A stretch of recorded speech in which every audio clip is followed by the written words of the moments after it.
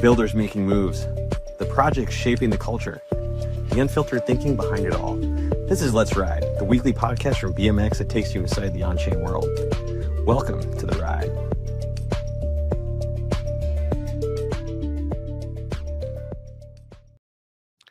Hello, GMBM everyone. Wow, Deez, just seeing that intro makes me so happy, so excited, to see how far we've come on this show. We have another incredible guest this week, everybody. We got Eric Ho from Function Network, and we're so excited to dive deeper into that project today and talk about everything they're building. But first, I do want to take a moment to do our disclaimer and pass it over to Deez. Yeah, thanks so much, Rachel. We really have come a long way and excited to have Eric on today. For disclaimers, yeah, everything we talk about today is for educational purposes only. Please do your own research. This is not financial advice in any way, shape, or form. And then today we'll give a quick update on the BMX ecosystem. So for our newcomers out there, BMX is a suite of DeFi products. You can think of it like Microsoft Office or Adobe Suite. And with those products, we have Carousel, which is our non-fungible assets, which includes your traditional NFTs. We've got our standalone yield vault product called WBLT, which is composable and can be used throughout DeFi. And then that powers our classic perps market, so users can use perps there. And then we have Freestyle, which is also perps that runs off chain and provides over 250 pairs that people can trade. And that's powered by Simio's Intents. And then we're working on upcoming Deli Swap, which will be a hyper-efficient DEX using V4 hooks. And those fees will be routed to, transformed into the BMX token, streamed back to the LPs. And then part of that goes to stakers who will help fund the security module. And to transition into security, there was a GMX incident last week. Our developers are on that, working on a solution, and we are currently sending that solution out for pending review and audit. And then that will clear up any question marks around the WBLT integrations throughout our system. But without further ado, let's pass it over to Eric and let's get into Funk. Awesome. Thanks for having me here, BMX. To the viewers, maybe just a brief introduction about myself. I'm Eric. I'm the founder of Function. I co-founded with my partner, Alex Mo. I've known him since the Coinbase days as well. And so used to work at Coinbase for about 3 years. My co-founder also worked there pre-IPO days as well as a senior software engineer. Worked together on the same team. And then as well spent my stints in infrastructure as well as a solutions architect over at AWS. We've seen a lot of things that have happened in the space. AI is definitely accelerating in the space as well. And we've just generally looked at the problems that are currently happening in kind of the AI space and potential problems where on-chain coordination and settlements can also help alleviate some of these pain points. And eventually that kind of led to what Function Network is today. And so, Function Network is a suite of AI products, depending on kind of like who you are, right? From a user perspective, we have chat applications that's powered by our decentralized inference network.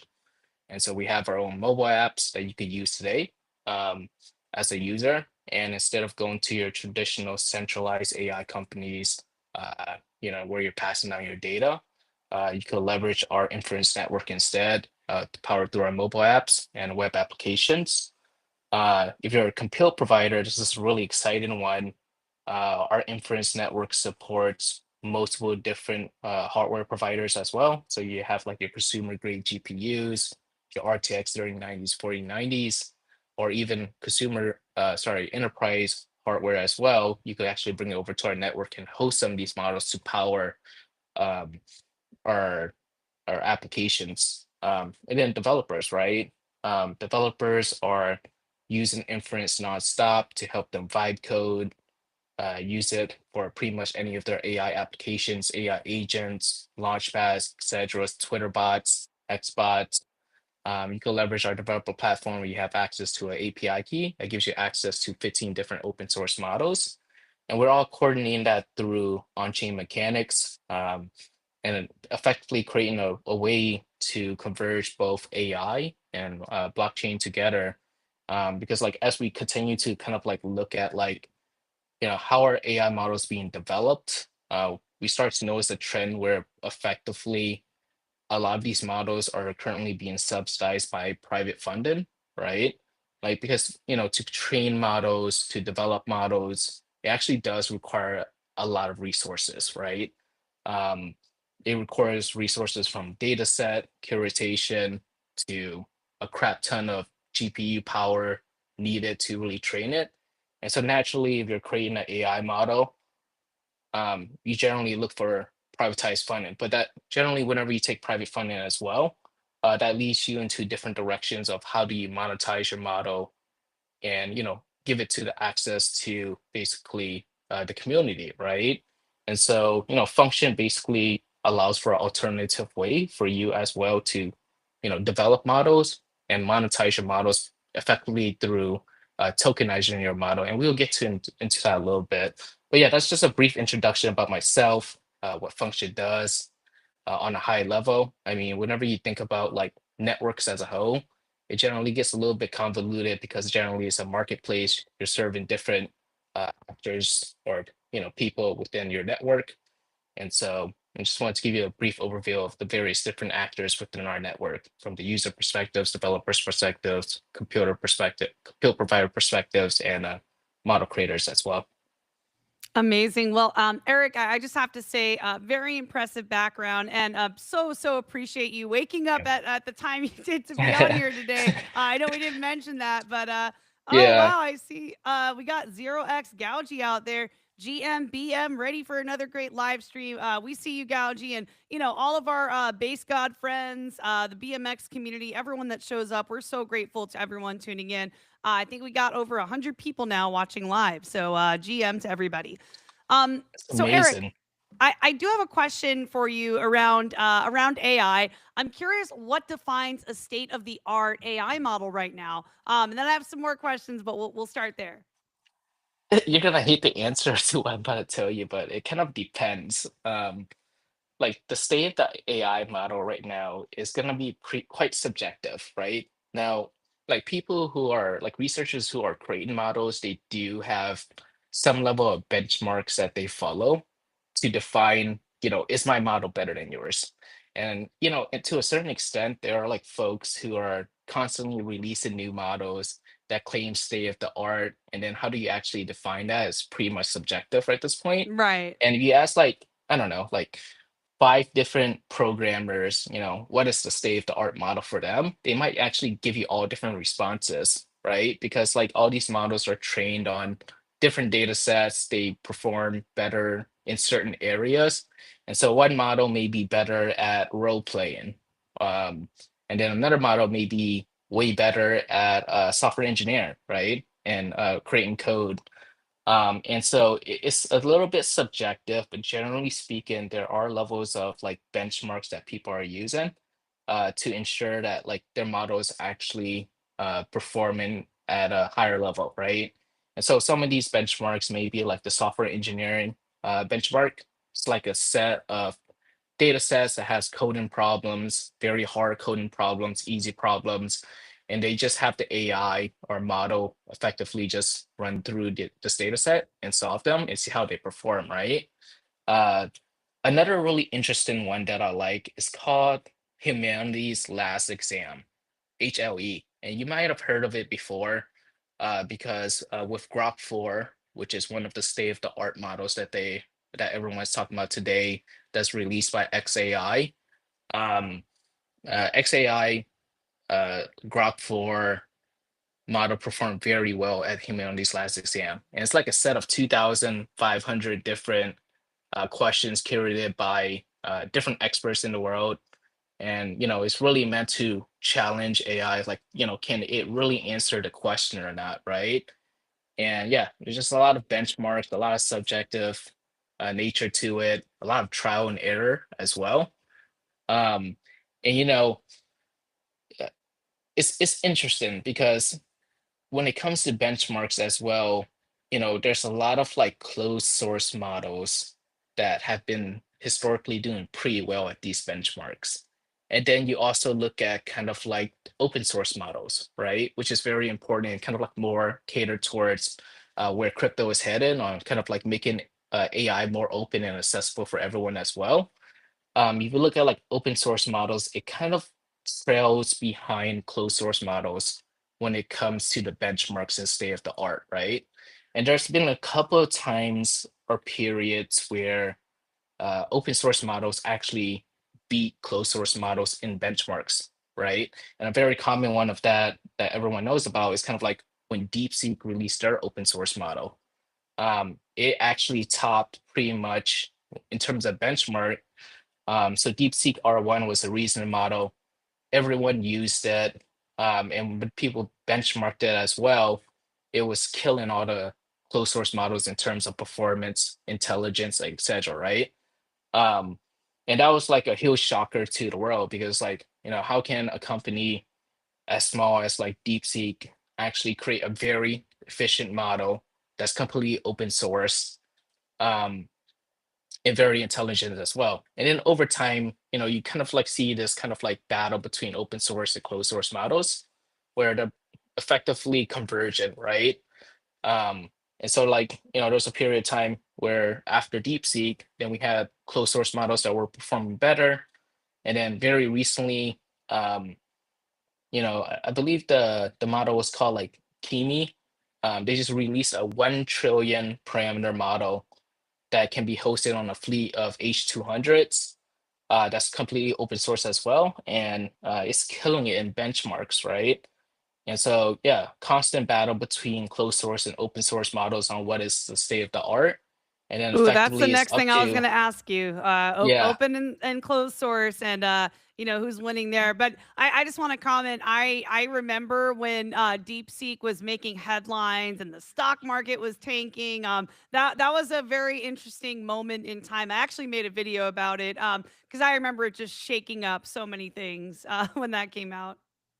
It's still honestly right because like DeepSeek has models that they have not even released to the public, right? We Um, were just watching a video about this last night. So yeah, we watched like the trajectory. There's a guy who's actually predicted where AI will be by 2027. He accurately predicted where things will be like currently. So there's like this big thesis, and like the government has reviewed it and everything. It's actually kind of crazy where AI will be in the next couple years. I, And DeepSeek I is a think major so. player. Right. I think that was Daniel, right? Previous I forget his OpenAI. name, but it's Yeah. like he's well known for this thesis for this like it's like I don't know, like really long. And he's historically on point as well, right? He goes into a little bit about how like we're gonna have autonomous software engineers, by 2026, and then we're gonna have some misalignment issues later down the road, and then we're gonna solve those misalignment issues down the road as well. And I think I've seen that prediction, and I generally agree with it as well. Like when going back to kind of like closed source and open source models, um, we take a look at DeepSeek, right? And this is the hugest concern I have with like open source models today. DeepSeek didn't really necessarily need to release anything open source, right? Um, Generally speaking, if I recall correctly, DeepSeek runs like some hedge fund or some high frequency trading fund on the side, and that's where like most of their revenue is actually coming from, right? And they're also based somewhere in China, and so like the news was like super concerned about how can like this Chinese-based company uh, create such an efficient model that tops pretty much the Western models on open source and closed source models today, right? And so, you know, I guess for me and someone who's working in the decentralized AI space, right, which is a concern that I have is, what if one day these companies that are creating open source models, right, one day they're just like, yeah, I don't want to anymore, right?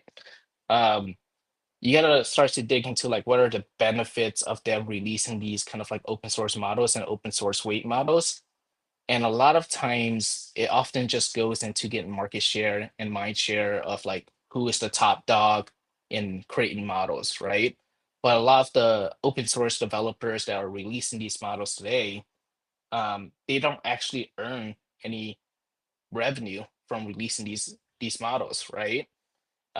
They start to earn once they start to kind of like own more of the stack. And so once they start to host the model themselves, try to sell it through their SaaS platform and effectively reinvent the wheel there is whenever they start to, earn some level of revenue.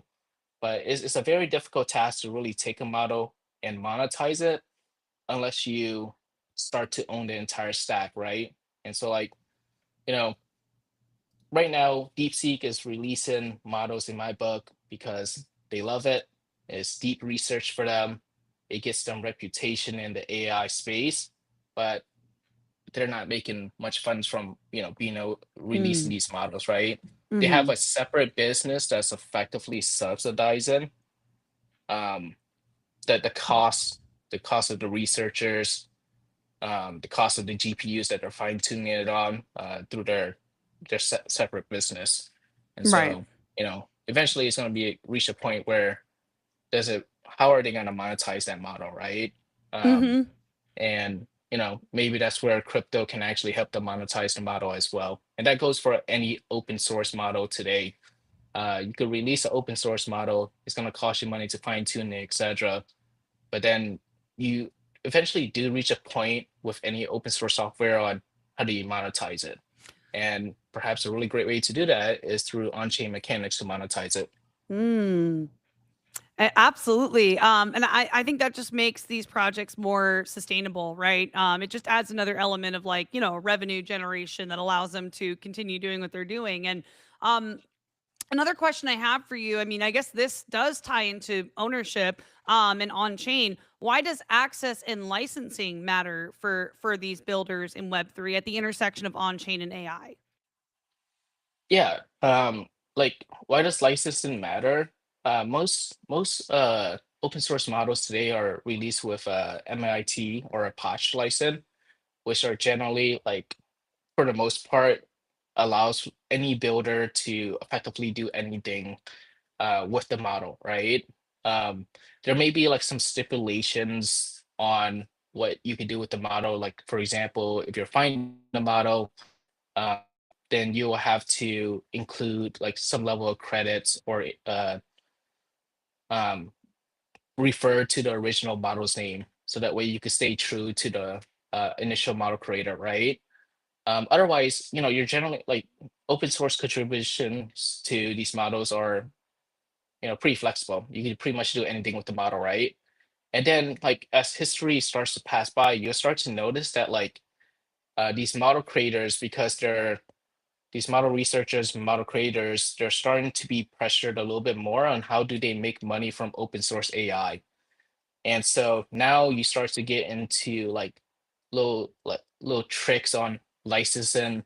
What you would do perhaps is that you would say that it's open source. They'll modify the MIT license or the Apache license. They'll say it's open source, except unless you're a business with like 10,000 different active users, then you'll have to pay us a license, right, to use our model and resell our model, right?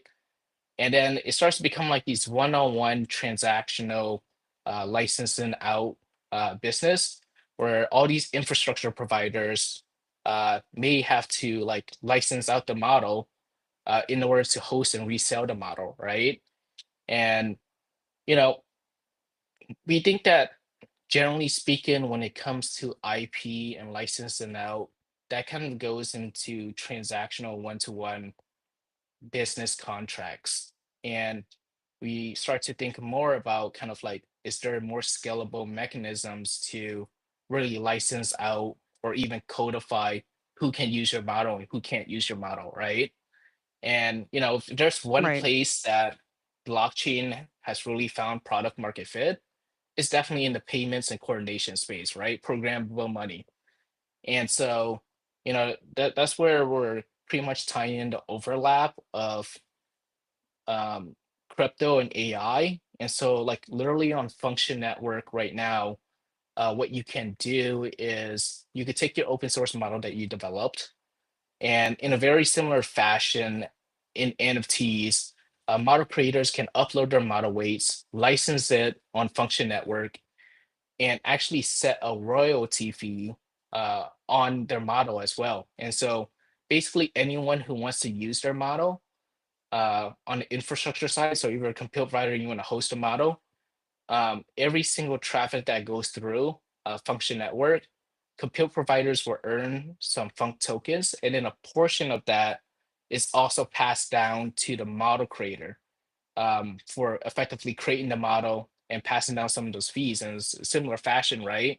Like every time an NFT is like bought and sold, the creator is earning some level of licensing fee or royalty fee. And we want to replicate that same model for model creators. And what this does is effectively create a more sustainable flywheel where infrastructure providers are earning, model creators are also eating, and developers continue to have access to all sorts of open source sustainable models without the need to go out with like, you know, fundraiser from deep VCs to train your model, or trying to find a way to subsidize your training costs and your research costs. So we're providing an alternative way to do that through this kind of like royalty fee and coordination of payments. Well, that's awesome. I do have some more questions for you, but I want to pause and hear what Deez thinks. I feel like Deez probably has a lot to comment and share on here. I'd love to hear it.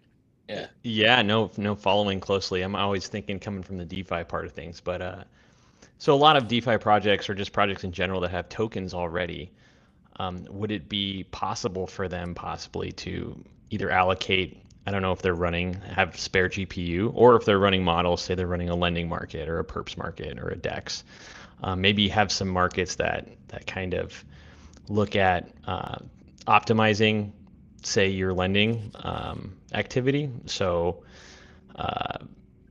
watching your collateral, and then if certain, if you're getting close to LTV, you're maxed out, maybe it informs you that you should make some adjustments, or perhaps with funding rates, looking at certain price streams, or even liquidity provisioning. I know that's a little hairier.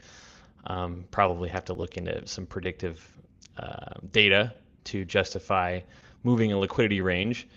But yeah, with some of these protocols, maybe if they have some spare bandwidth, I know devs are pretty pressed, but would that be another income stream perhaps for their native token if they kind of ported those FUNC royalties over to their token holders by providing models that anyone in similar DeFi sectors could use?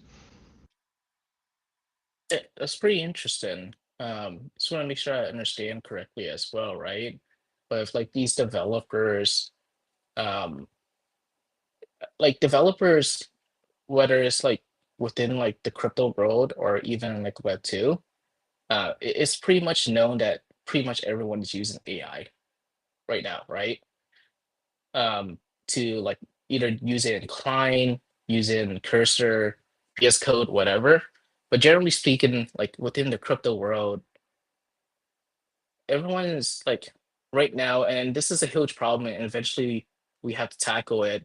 But a lot of folks are just currently using like Anthropic Claude models, right? Or using what's another really good model that folks use? Gemini 2.5 Pro. And whenever you think about it, these developers are paying to create like their vibe code in their smart contracts or their vibe code in their front end.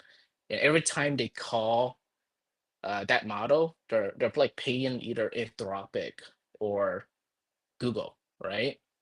But what if we effectively grow such a culture where you're hitting these open source models instead? These developers are hitting these open source models that are piped through function, right? And then now you're talking about you're now basically bringing your traffic and you're paying these node operators within our network that are contributing GPU power.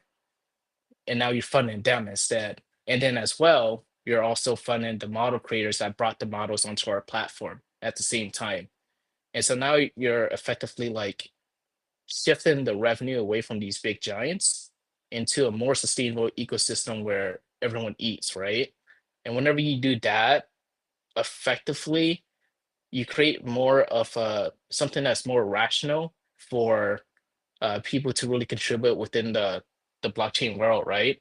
And so it's very possible, like in the future, these developers who are like developing the crypto space, every time they send in a prompt, they're funding something because now the revenue is flowing to more aligned actors, right? I'll have to think more a little bit about how that will actually work with like DeFi primitives, but that's actually really exciting to think about for sure. Yeah, I think you two need to get together and just Yeah. brainstorm, and then we'll see the next wave of AI and DeFi innovation. But I do want to make sure we get to everything on the agenda here. I have a couple more questions for you. I guess I want to merge a couple questions here. So, how do you view crypto infrastructure shaping the future of AI? And do you have any real world examples of this? Like, are there any AI and crypto projects working today or working Yeah, well today? I'll be totally honest, Rachel. It's extremely early on. I would say Yeah, we're that early. like we're extremely early on. There's nothing wrong with extremely being early on either, right?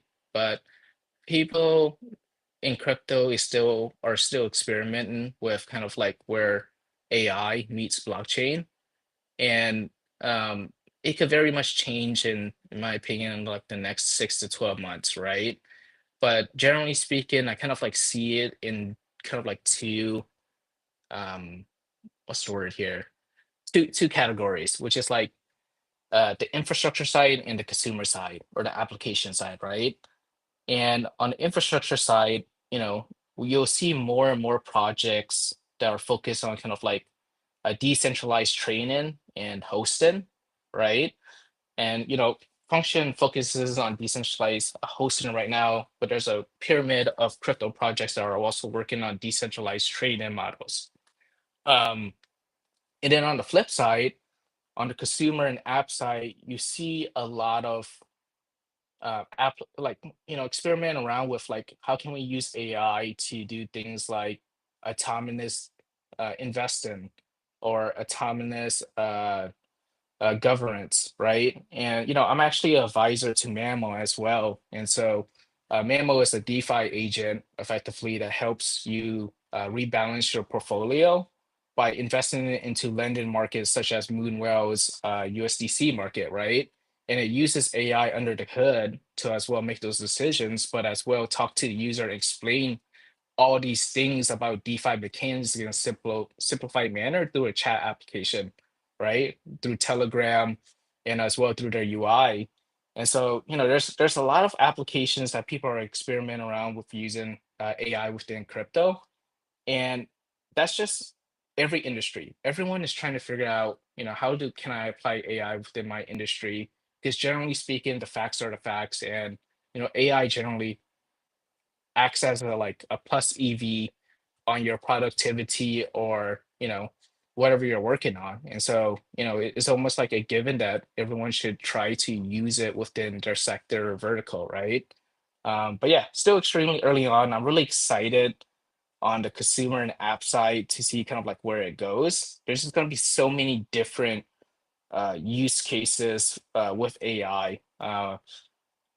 Yeah, but I'll stop there before I go on a I'm tangent. excited, but man, we're Yeah, about to be on like a runaway roller coaster with AI. It's starting to move so quickly, and just over the next couple of years, I'm excited to see the different use cases and things that will emerge. But I also think, as a human race, we should move strategically as well and make sure there's kind of safety rails with AI. But anyway, it that's another starts. podcast. That's another live stream. Yeah, it starts to get really crazy when you talk about like aligning that with what the human thinks as well. Yeah. I Um, mean, I saw it like today. I heard a video somewhere that like I don't know. This was like on Instagram. It was an Instagram reel. So I have yeah, to look into this. But they said like China has developed like these little drones that are like the size of a mosquito, like AI drones. And I'm like, okay, great. really. Like here we go. Uh, Another one just got me thinking as well.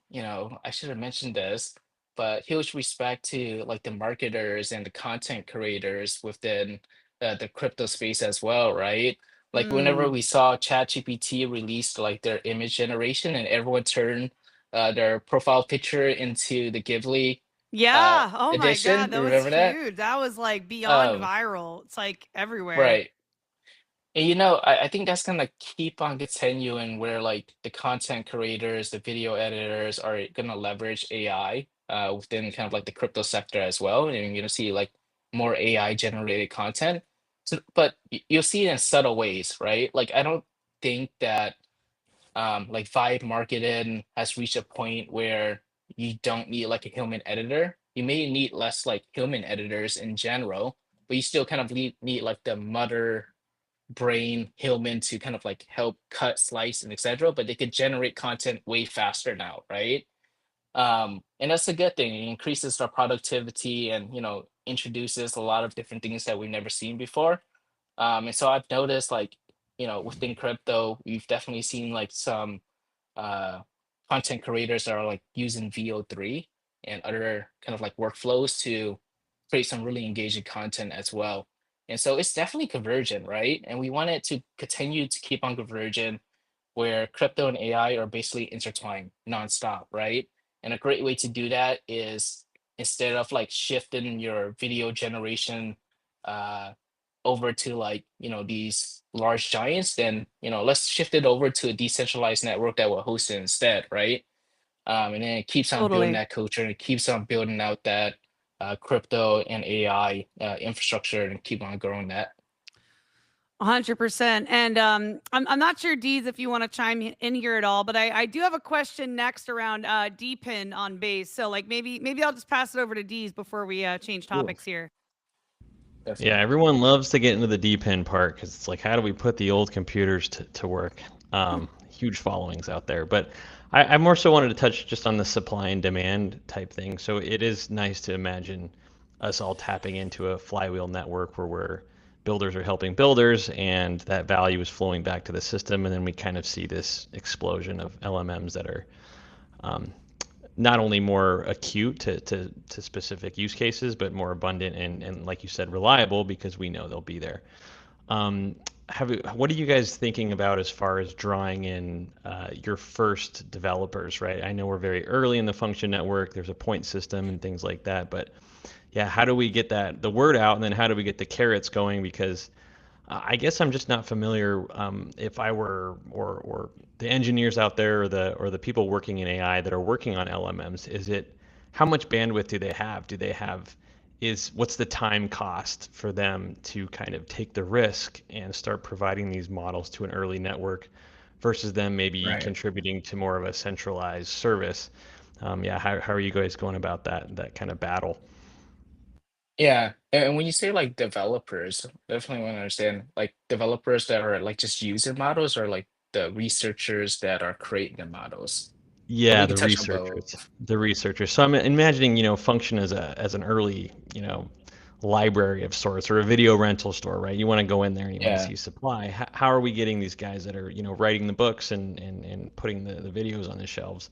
Um, It's it's definitely a really challenging problem, right? But we're starting to notice that function really alleviates a lot of the pain points that model creators are having within the space as well.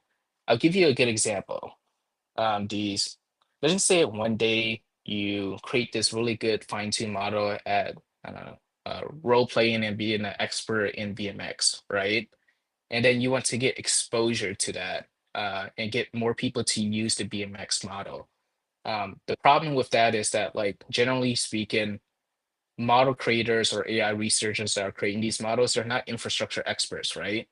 And so, generally speaking, whenever someone creates a really viral model, they often have like hosting problems because it goes so viral and then everyone wants to hit the model, right?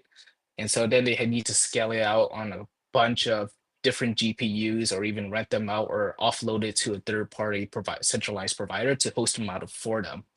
Um, and so, you know, that's kind of like one of the pain points that function effectively alleviates for, which is that we have a fleet of infrastructure through our node operators that will already just host your model immediately, right? And scale the model with you. And then on the flip side, you also are getting revenue for each time like these AI application developers are hitting the model as well, right? Because some of that flows down to you as the model creator through on-chain royalties. And so we have to basically like these model creators are releasing their models, like for example, Hugging Face, open source, open weights. Um, we need to, educate them, right? And help them understand what this actually means whenever they're just releasing it completely open source like this, right? And show to them that there's a better way to monetize your model and actually get more people to use your model if Function or any other depend project is hosting the model for you already, right? And so it's more about educating them about, the benefits of leveraging on-chain mechanics and a depend network to host your model, and get them aware of it. And so we're still extremely early on educating these model creators. And there's like so many great models on Hugging Face that deserves to be hosted on top of Function. And it's going to be really exciting to finally see that like this flight will happen where some of that revenue is being passed down to them, and they're like, oh shit, I actually get money from releasing my model now, right? And so like once we start to show how efficient token markets are to even model these AI researchers, I think they're going to be generally excited. I love Awesome. it. Love it. Well, very, very excited for the trajectory you guys are on at Function. And now to touch a little bit more on the depend side of things. So Yeah. I'm curious, Eric, to hear your perspective on the current state of depend on Base specifically, and where it can realistically grow from here. And I'm curious also how Function like fits into this evolving ecosystem. Yeah, that's a really good question. Sorry, I got that. Depend It's a is two-part question yeah. there. Yeah, like the current state of depend has historically been, and this could like depend is pretty broad, right? It could be, decentralized in bandwidth, decentralized in inference or GPUs, etc. Um, and most depend projects, rightfully so, have historically built kind of like their own L1, right? And they could have built it in kind of like a Tendermint fork or a Cosmos chain. And this was like during the days where maybe they needed to because of gas fees were not cheap, um, or they just needed way more customizability, right? Uh, but time has changed. Ethereum base just provides so much better kind of like tooling. The gas fees are cheap through base.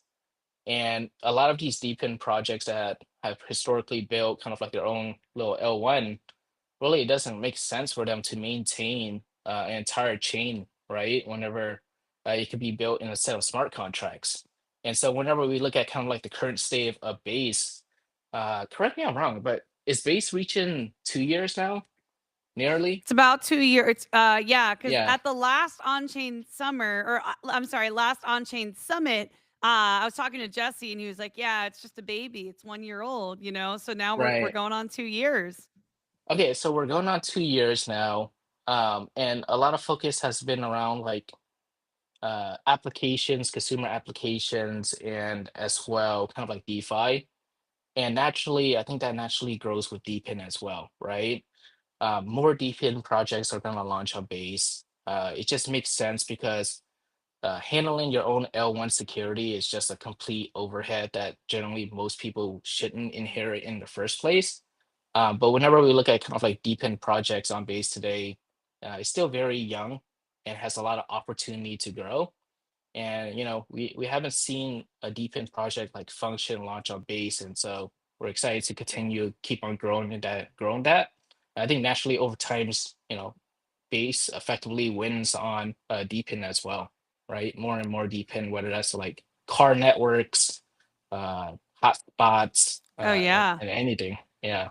Yeah, I've definitely seen on the car side of things. I mean, a couple projects focusing on this, but definitely Demo. If you know Demo, that's one that I've you know They actually just announced that they bridged over to Base, and so that's a I great win for I Base have as a I have well. a video on this. Yeah, David Oh, So sick. reached out to me and was like, "Rachel, these guys are coming to Base. Like, let's talk about it. Let's make some content." I was like, "All right, let's do it."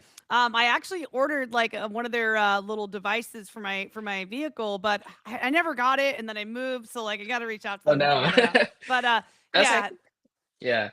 what were you gonna say? No, I was thinking like, some of the things that we brainstormed as well is that like if we actually get into this world where models are effectively tokenized and commoditized, and we allow Oh for more and yeah. more people to participate in hosting these models, what we could do is create kind of like this really small, lightweight node that allows you to enter function network as a node operator, and you just plug it into your household, and you're participating in function as well. And so it's like actually a Ooh. physical device that you can use. Right now, we're It's catering data towards mining, more of, right? yeah. Data mining is I feel like has kind of like a I a know, a bad negative, but simile. like, no, for real, data Yeah, entrepreneurship. I have an entire podcast episode on this. I yeah, think that's an extremely untapped kind of vertical where like you have a lot of potential yeah, to earn, you know?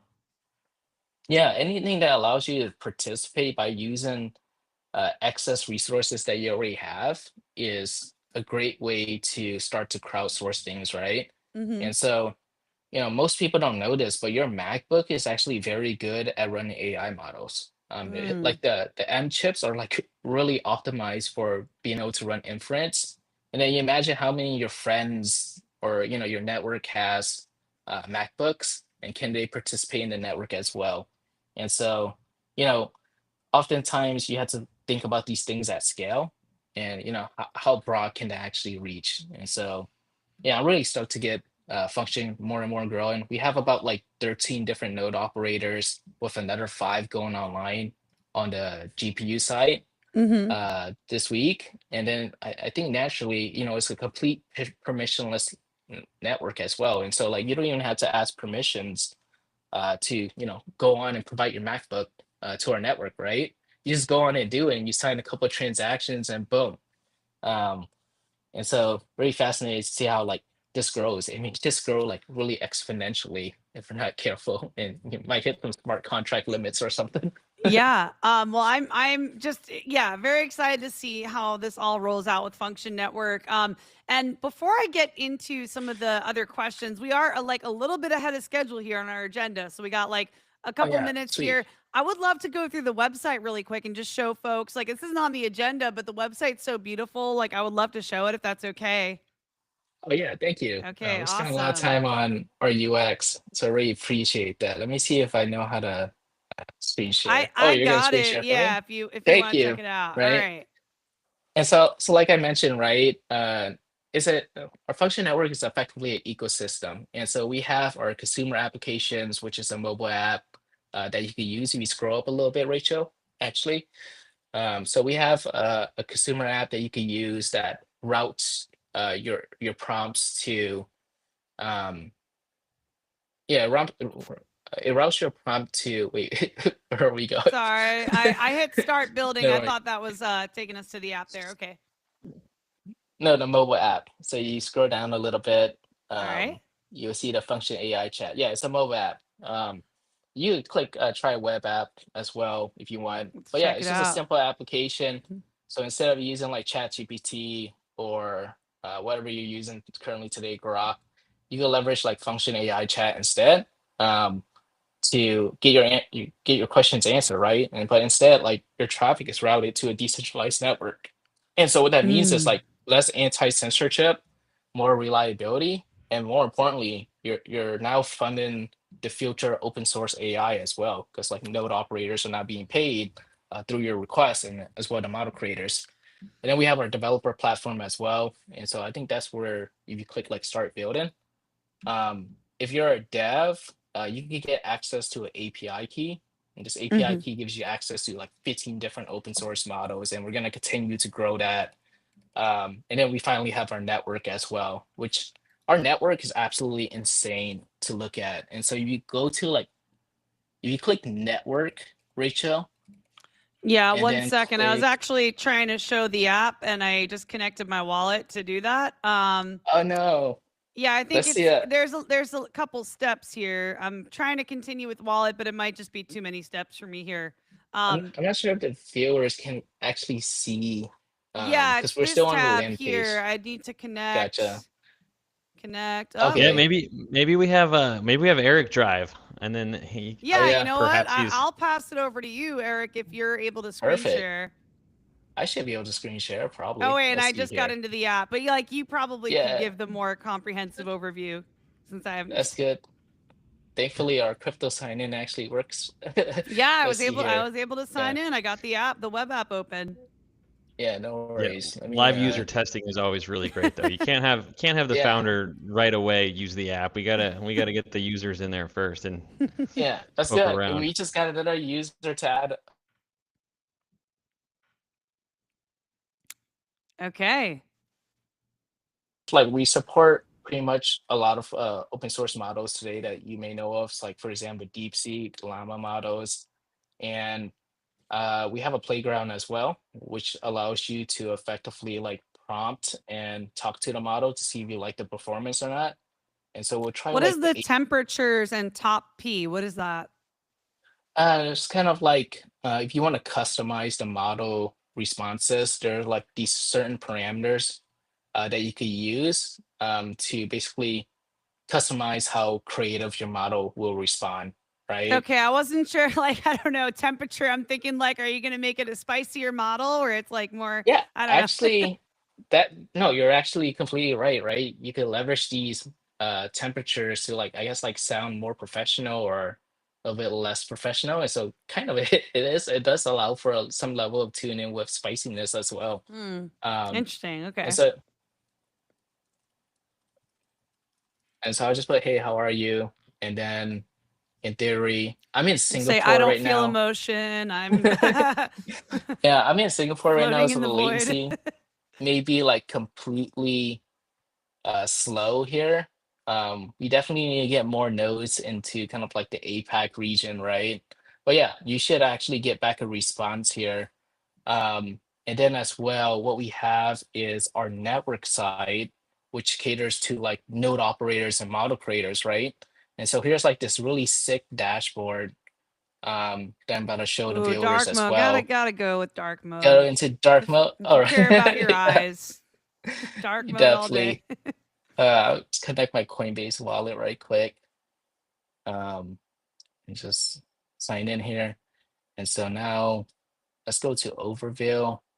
And so what we have is effectively 13 different node operators right now. Oh, We have some awesome. folks in West Coast.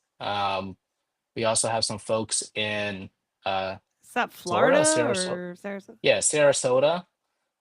From Bark System, which is a node operator on our network. We also have some in Romania now, which, yeah, Easy to Stake is currently providing some compute resources to host these models. We also have one in Singapore. Uh, we haven't seen one in North Korea yet, so I'm still waiting for that to show up one day. Maybe that indicates the success of function. Uh, and so yeah, all these folks, all these node operators, and we just recently launched testnet probably about like a week and a half ago, and we have 13 active nodes. Every we have like basically this concept of epochs, which is like every hour. And so effectively every hour, node operators are earning some FUNC tokens for contributing their GPU resources to our network. And those GPUs are used specifically to host models, right? And that effectively powers our developer platform.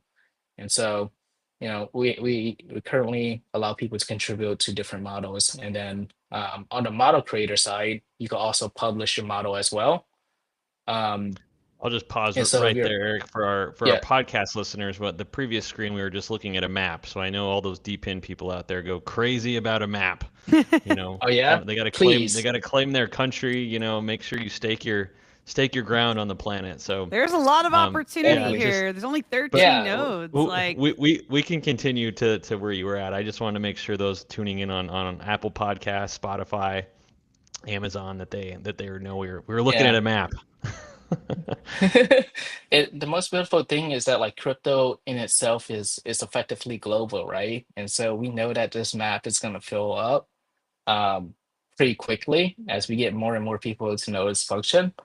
And then what's great about it is that like the more nodes we get up globally, that actually means better performance for folks that are like in certain regions as well, right? And so like, as we get more nodes into Singapore, that's actually going to increase the performance for people who are using function in the Singaporean area. But yeah, I have a so many question. different, yeah, go ahead. So what are the parameters for someone to set up a node? Like what are the requirements? Like, can anybody do Mm. this?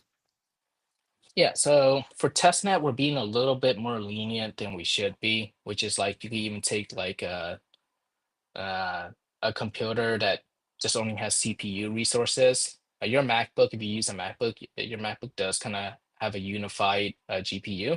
And so ideally speaking, we want to target folks that have consumer grade NVIDIA GPUs, RTX 3090s, 4090s, 5090s, and enterprise grade GPUs such as the H100s, H200s, and all of them are welcome onto our network. So are your M chips as well. And so we do have a node operator documentation that kind of goes into the various different specifications of like what you should bring over to the network and how to set up a node as well.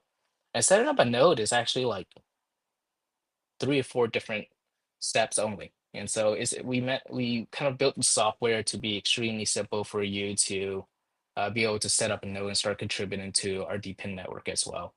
It's very And so, cool. I love that it's yeah, open for anyone that wants to get involved and like experiment. I think that's a really cool thing. So, I know I have more questions here on the agenda, but I mean, one of the things I wanted to ask next was like how people can get involved with Function. Like, I guess since we're looking at the website and on this right now, like, what's the best way for people to get started?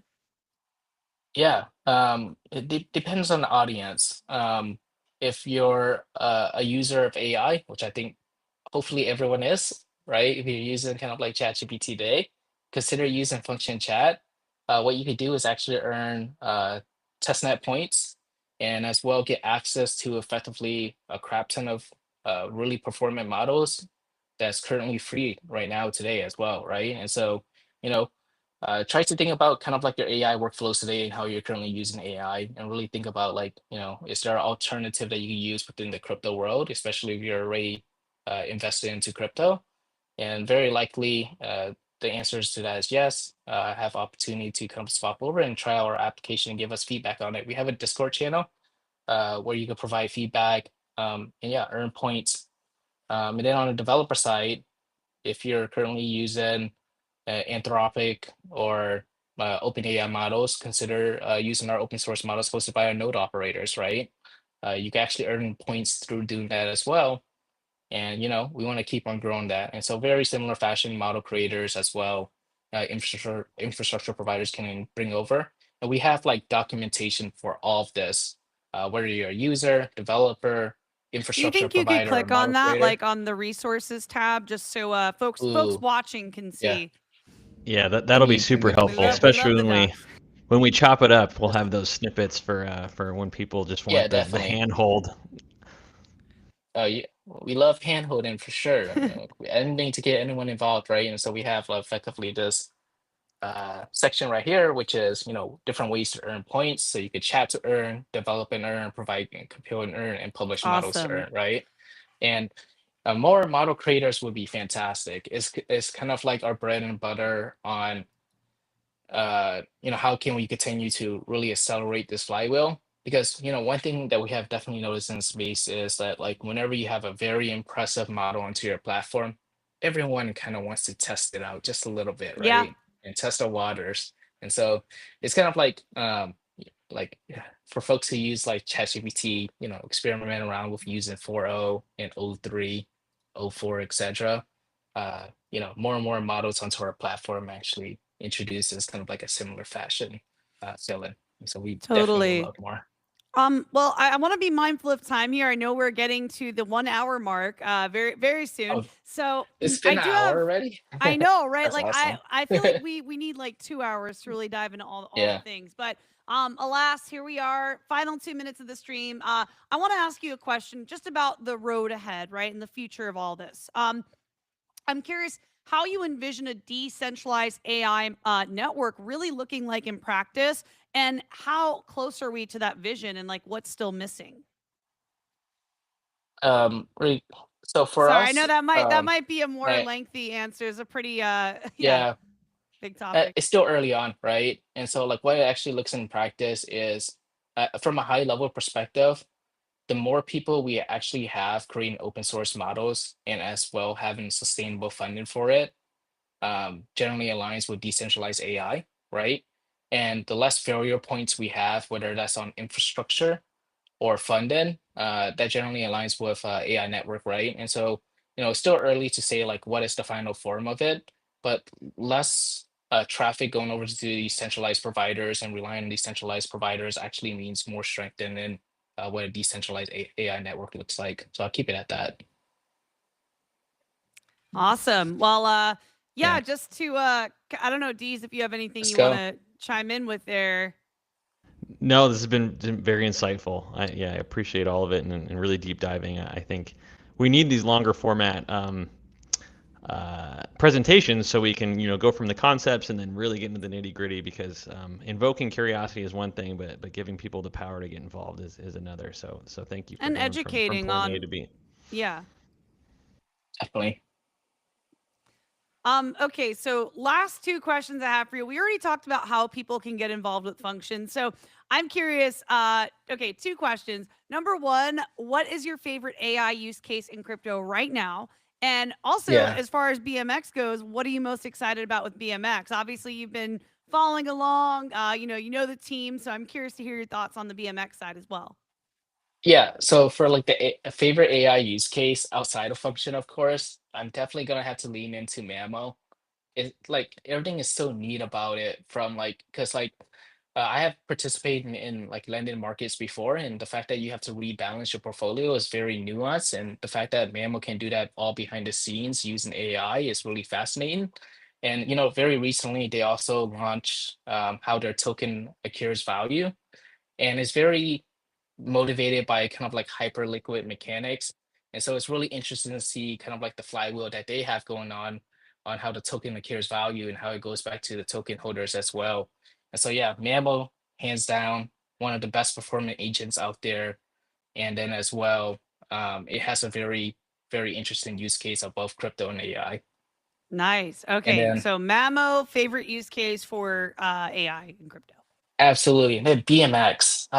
You know, maybe I'm not sure how much to the length of comfort we're talking about here with BMX, but I've definitely looked at kind of like how even like BMX token holders accrue value as well. I think that's going to be a relatively common topic, right? And it's just interesting to see kind of like the current supply that's available and how much more revenue and trading fees that you could accumulate and pass down to the token holders as well.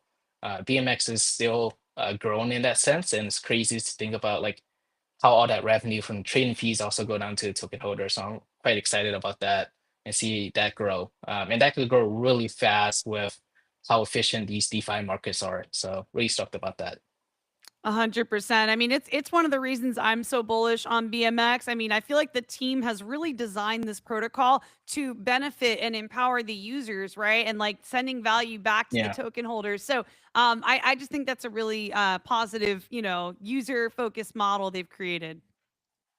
Yeah, definitely. It's just like, I don't know, when it comes to like DeFi, just like taking away the middleman and just pushing that all back to the users, whether it's the token holders or the liquidity providers. It's such a fascinating, efficient system. And yeah, everyone wins off that. So excited to see that keep on growing. The volume keeps on growing and all the feature sets keep on growing as well. 100%. Well, yeah, I mean that's everything. We actually made it through everything on the agenda today, you guys. So I do want to pass it off to my co-host, to Deez. If you want to take us home, Deez, and share any general updates or any closing thoughts from the stream. No, check out our recent Twitter. We actually just scheduled our first audit during this call. I was looking on the TG for the WBLT situation. So we are moving fast. We are building 24/7 even when we're on stream. So love this industry. It's the best. And is there anything in the realm of like updates, things coming up, anything that you want to share that we didn't cover throughout the stream, Deez? No, not necessarily. I think everything is just we covered a bit at the beginning, like what DeFi or BMX is. We're building out the suite. We're all hands on deck trying to get Deli Swap out. And that first piece is really daily swap will ship, but pairing everything with the WBLT is definitely a priority because that's where we see the efficiency is. So we're trying to get a patch as soon as we can on that for that GMX incident. But luckily, the entire sector has been looking at this because it was such a startling incident after having so much Lindy and being around for so long. So we're confident that not only can we get this patch going, but it'll be the industry will want it, right? Because it was so startling. So hopefully we can be the ones to solve the problem and get this rolling again. So. Well, I don't know if anybody could do it. I feel like the BMX team is primed to do it. So anyway, very very honored, Eric, to have you on today. Thank you for coming on to our stream and taking the time at like 3:30 in the morning. We really appreciate you, man. And yeah, No, no love learning worries. about function today. Yeah, thank you so much for having me, Rachel and Deez, and of course the BMX community. And yeah, look forward to what's next. Awesome. All right. And to all of our podcast listeners and live stream viewers, we're grateful for all of you for tuning in. I think I don't know, we're sitting at around like 600 people, a little over 500 people right now. So thank you for all of you that tuned in, and we will see you next week.